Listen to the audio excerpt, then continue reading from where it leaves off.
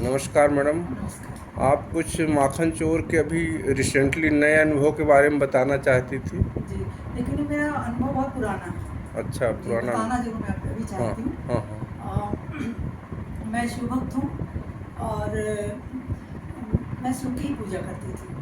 फिर एक समय मैं वृंदावन घूमने गई, तो वहाँ पे मुझे एक बहुत सुंदर सी फ़ोटो ने अट्रैक्ट किया, और जो कि माखन मतलब कृष्ण का वो रूप है जो माखन की मटकी गिर गई, वहाँ बांसुरी है और क्या कहते हैं, भगवान ठिठके हुए दिख रहे हैं कि कोई शायद उनको देख रहा तो ठिठक गए। तो वो मैं लेके आ गई, तो मैंने उसको अपने एक बेडरूम में लगा दिया और मैं उनको बेटू बोला करती थी। अच्छा, धीरे धीरे करते करते वो मैं उनको देखा करती थी। बाकी तो मैं ज़्यादा शिव भक्त हूँ, तो मेरे घर में शंकर जी की मैं पूजा करती हूँ, उन्हीं के पाठ स्त्रोत ये सब मैं पढ़ती हूँ।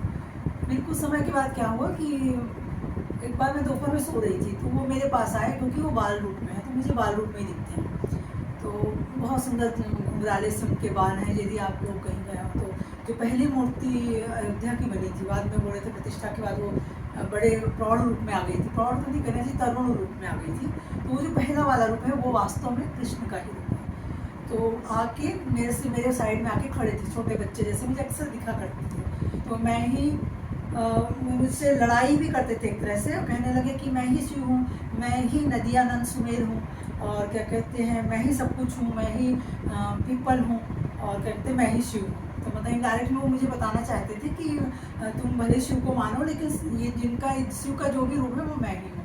तो मेरे को मुझे ज़्यादा समझ में आया नहीं, लेकिन मैंने ये कहा, हाँ बेटू, यदि तुम, मैं तो शिव भक्त हूँ, और यदि तुम चाहते हो कि तुम्हारी माँ तुम्हारी पूजा करे, तो तुम मेरे घर में बाल रूप में रहो, और मैं बाल रूप में तुमको मानूंगी, लेकिन मैं इष्ट नहीं बदल सकती, इष्ट तो मेरा शिव ही है।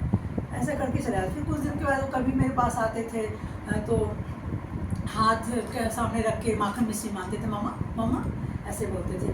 फिर कभी मेरी उंगली पकड़ के उस फोटो से निकलते थे और मेरे को बोलते थे बाहर घूमने चलो। तो ये सब चीज़ें बहुत ज़्यादा मुझे दिखाई करने लगती। फिर मैं उनकी पूजा करने लगी, और मैं तुमको बेटू जैसे मानूंगी, मैं उनको ऐसा वो बोलती रहती थी। फिर ऐसे करते करते काफ़ी दिन हो गया। मैं शिव को तो मानती थी, बाकी जो मेरे जितने इष्ट हैं, भगवान हैं, इष्ट के अलावा मैं उनकी पूजा करती, तो मैं उनको भी बाल रूप में मानने लगी।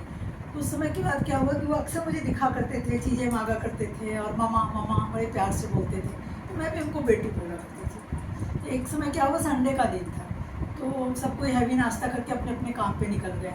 और पहले उस समय, अब तो मैं खाना खा के भी पूजा कर लेती हूँ, उस समय मैं केवल चाय पीती थी, और जब तक मेरे पूरे पार्ट नहीं हो जाते थे तब तक मैं कुछ भी खाती नहीं थी, अन्न मतलब नहीं लेती थी।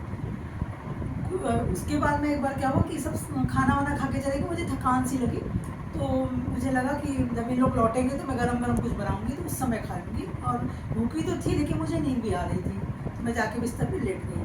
थोड़ी देर के बाद मेरी आँख ऐसे खुली हुई थी, तो मुझे ऐसा लगा कि एक छोटा सा सांवला सा बच्चा आया है, बोलते उठो उठो, तुम भूखी हो, तुम भूखी हो, और क्या कहते ये खाओ ये खाओ। तो मुझे बड़ा अजीब सा लगा, लेकिन मैं समझ नहीं रही थी कि क्या बोल रहा है, क्या कर रहा है।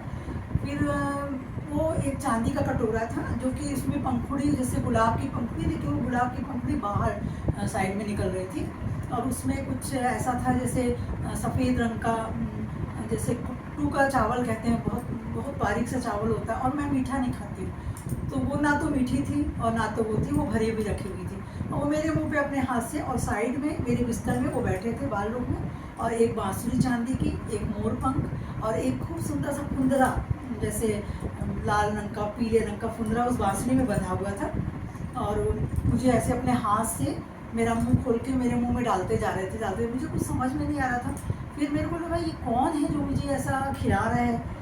मैं थोड़ा सा जगी, जैसे मैं बोली कौन है, तो मुझे दिखा बाल रूप में एक बच्चा बैठा हुआ है, और वही जो मैंने अभी बताया कि बांसुरी है चांदी की, वो चांदी का कटोरा है, और उसमें वही कुट्टू के दाने की खीर है, खीर ही मैं कहूँगी उसको, खीर है। और वो मुझे वो अपने हाथ से बड़े प्यार से खिलाते खिलाते, और फिर मेरे को बोलते हैं अब तुम पानी पी लेना, तुम्हारा पेट भर गया। बोले हाँ मेरा पेट भर गया।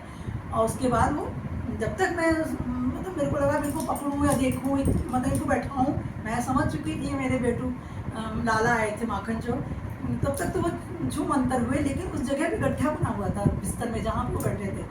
फिर मैं किचन में जाऊँ, मैं बोले 4-5 बज रहा है, मुझे कुछ खाना बना लेना चाहिए, लोग लौट रहे होंगे काम से जो गए हैं। तो मैं किचन तक जाऊँ और फिर मैं आ जाऊँ, मैं बोली भगवान मैं खाई तो कुछ भी नहीं, मेरा पेट क्यों भरा है। तो मैं किचन से आके फिर लेट जाऊँ, किचन से आके फिर लेट जाऊँ, फिर मुझे ज़्यादा समझ में नहीं आया। तो मैं अक्सर जो भी चीज़ें मेरी होती हैं मैं इनको डायरी में नोट करती हूँ। तो मैंने ये सब पूरा नोट किया और फिर मैं भूल भी गई, अपने काम में लग गई। बहुत समय के बाद मेरी आदत है मैं अपनी डायरियाँ पलटती रहती हूँ। तो मैं पलट रही थी तो मैंने अपने बच्चों से कहा कि उसमें देखो, मैंने देखा इस तारीख को ऐसा ऐसा मैंने ये देखा, माखन चोर आए थे। तो मैंने उनसे कहा कि यार माखन चोर मुझे खीर खिलाने आए थे और क्या कहते हैं। तो सब हंसने लगे, बोले हाँ आए होंगे, आपको आप उनको बेडरूम आती तो आए होंगे। अच्छा, फिर कुछ समय के बाद मैंने सोचा इसको पता करूँ कि आखिर ये खीर, ये कटोरा कहाँ का है और ये खीर कौन सी है। तो पता चला, और जब वो टाइम भी वही था 1:30 से 2 का टाइम, जब वृंदावन में भगवान को माखन चोर को भोग लगता है। तो वो कुट्टू का चावल होता है बहुत छोटा सा और छोटे छोटे दाने होते हैं, उसमें सफ़ेद खीर का भगवान को भोग लगता है वहाँ के माखन चोर को। और वो सोचिए ये भूखिए तो अपना कटोरा लेके आए, मुझे खिलाए। और उसके बाद मुझे तब समझ में आया कि ये तो मेरा लाला आया था मुझे खाना खिलाने। और फिर उसके बाद मुझे वो बात याद आई कि काग के भाग कहाँ कहिए, प्रभु हाथ से ले गए माखन रोटी। तो मुझे लगता है मेरा भाग्य कितना अच्छा था कि मुझे माखन चोर ने अपने हाथ से माँ के रूप में मान के और मुझे इतने अच्छे से खीर खिलाई। और जबकि वो खीर भी नमकीन जैसी थी, ना तो मीठी थी ना तो नमकीन थी। तो मुझे लगा कि मैं भी बहुत भाग्यशाली हूँ कि मुझे कृष्ण जैसे ब्रह्मांड नायक के हाथ से मुझे खीर खाने का मौका मिला। और बेटू इसी तरह हमारे घर में हमेशा अपना आशीर्वाद रखें। और समय समय पे मुझे अभी भी आते हैं और अपने भोग प्रसादी जब उनका मन होता है, कभी लड़ाई भी करते हैं कि मुझे ये खाना है। और उनमें तो ये भी आदत है कि यदि हम लोग कभी कपड़े अपने लिए हम ले आए तो आके नाराज़ हो जाते हैं और पूरे दरवाज़ा खोल के बताते हैं कि मेरे को भी कपड़े चाहिए। और कभी कभी उनके कपड़े पुराने हो जाते हैं तो उनको फेंक देते हैं, बोलते हैं मुझे नए कपड़े चाहिए। और फिर उसके बाद मुझे ऐसा लगा, मैं बोली लाला तुम मुझे इतना प्यार करते हो तो मुझे ये चीज़ चाहिए दो। तो बोले सिंहासन। तो फिर मैं बोली नहीं, जब मेरा ये काम पूरा होगा तब मैं तुमको सिंहासन दूंगी। लेकिन मेरे पास सिंहासन पहले भी थे उनके। तो फिर मैं बोली, वो रोज़ लड़ाई करने आती थी मुझे सिंहासन में ही बैठना। फिर मैं बोली लाला मैं तुम्हें छत्र लेके नहीं दूँगी, जब मेरा पूरा काम होगा, जो मेरी मानता पूरी होगी तब तुम्हें हम छत्र दूँगी। और फिर उसके बाद मैं अभी तक तो उनका मैंने छत्र नहीं दिया है। जिस दिन मेरी मनोकामना पूरी करेंगे तो मैं उनको जरूर छत्र दूँगी। इस प्रकार लाला आते हैं और माँ रूप में मुझे मानते हैं और मैं भी उनके साथ एकदम जैसे कोई छोटा बच्चा है, मैं उसी तरह उनको मानती हूँ और उसी तरह उनको करती हूँ। और बहुत छोटी छोटी चीज़ें भी हैं जो कि मैं कभी मुझे हमारे घर में एक बहुत अच्छे पद में कोई गया तो उसके पहले उन्होंने मुझे वृंदावन में दर्शन दिया। और वो उन्होंने पीतल का हो चाहे सोने का, उनके पास तो सोने का होगा, तो सोने का मुकुट पंडित को दे रहे हैं, वो पंडित फिर पहना रहा है। मुझे वो क्लिपिंग दिखाई दी तो उससे भी यह समझ में आया कि राजा राम के सर पे ताज रहे, सिया रानी का अहित, सिया रानी का अचल सुहाग रहे।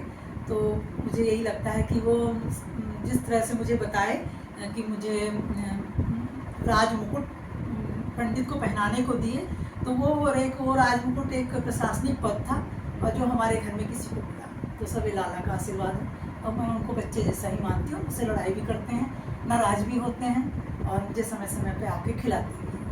तो शायद मेरा भाग्य बहुत प्रबल है कि ब्रह्मांड नायक के हाथों से मुझे खीर खाने का मौका मिला। और इसी तरह लाला मुझे हमेशा, जब तक मैं रहूं तब तक उनका आशीर्वाद हमारे परिवार में है।